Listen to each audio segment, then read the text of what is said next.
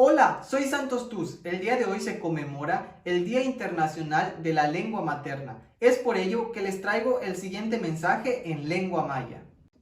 Tsokawi keshwa bishuhumek an hatsuhum masima. Leolale wawuh le mayat ano ane yetel kanstia mejempalalo yetel alak tzilo.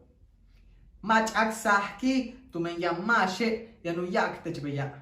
Mat anikle maya mapatli Vale, teche yanawak beya. Bashak ahti ustin wich le mayat ano leolale yaninkanik yetel yaninkansik.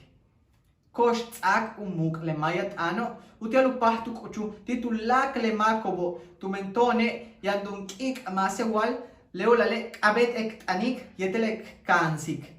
Ya bachkimak olal titulak le mako kut angob le mayat ano yetel ya bachkimak olal shantiah kansa hobo yetel ish kansa hobo tumen letiobe ku kansko le mayat ano tieme jempala lobo kimak olal ahkansa Alex kimak olal ahkansa José Javier kimak olal ahkansa Hermilio kimak olal ahkansa Fidencio kimak olal ish kansa Mirna Kanul kintush tiktesh hum el no hochmek Watech mawuk limayat ano matuklik yanakanik yanatanik yetel yanakansik heawike.